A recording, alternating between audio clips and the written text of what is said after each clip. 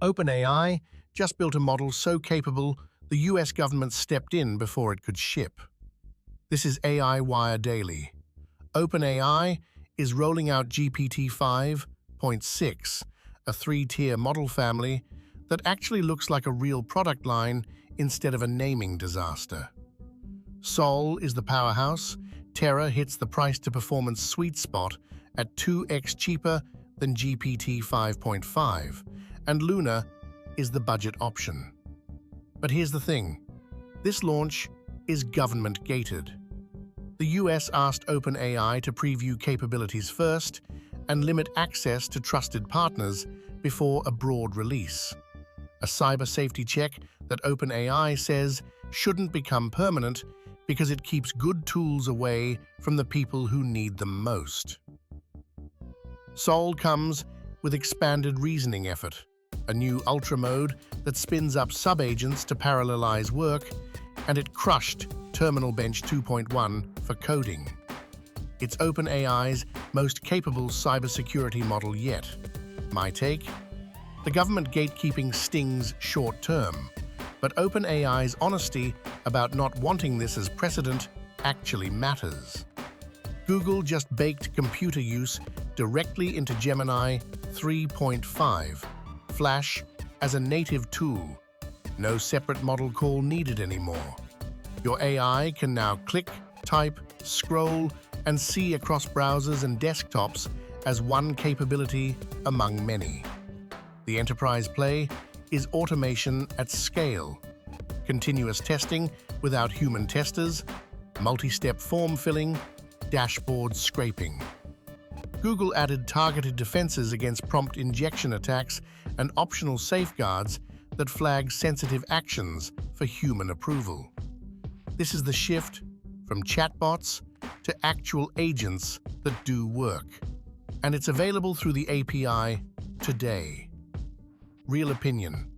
This is where AI productivity actually unlocks, not in chat windows, but in automating the boring stuff humans hate doing anyway. Qualcomm just paid nearly $4 billion for Modular to take a direct swing at Nvidia's CUDA monopoly. Modular built software that lets developers write AI code once and deploy across any chip, Nvidia, AMD, edge processors, whatever. This is about breaking vendor lock-in and giving enterprises real choice in where they run workloads. The deal closes in the second half of 2026. Qualcomm's CEO framed it bluntly. The future belongs to developer-friendly, horizontal platforms. I think this is the right move, but it's a software fight now, not a chip fight. And Nvidia has a 5-year head start with CUDA developer mindshare. Breaking that is hard money. Gemini 3.5 Pro just got pushed to July, and timing couldn't be worse. Noam Shazir, the Gemini co-lead and one of the Transformer paper's original authors, is heading to OpenAI. John Jumper, the DeepMind researcher whose AlphaFold work won a Nobel Prize, is going to Anthropic. Google's stock dropped 5% on the news. This isn't just roster churn, it's the departure of people who define what's possible in frontier AI. The delay itself is small, but it lands while competitors are actively recruiting the talent Google can't seem to keep. My take: you don't lose people like Shazir if you're winning. This feels like momentum breaking. India's government is taking a stake in AI startup Sarvam, acquiring roughly 1 to 2% equity through subsidized GPU access tied to convertible instruments.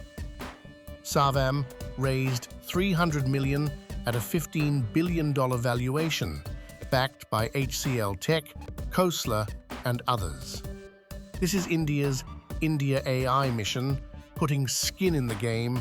The government covers up to 40% of GPU costs for companies building foundation models tuned to India's languages. It's state capitalism applied to AI, and it's smart geopolitical infrastructure building. Different model from how the US and Europe are approaching this, but strategically coherent. That's the AI News. Subscribe. This stuff moves fast.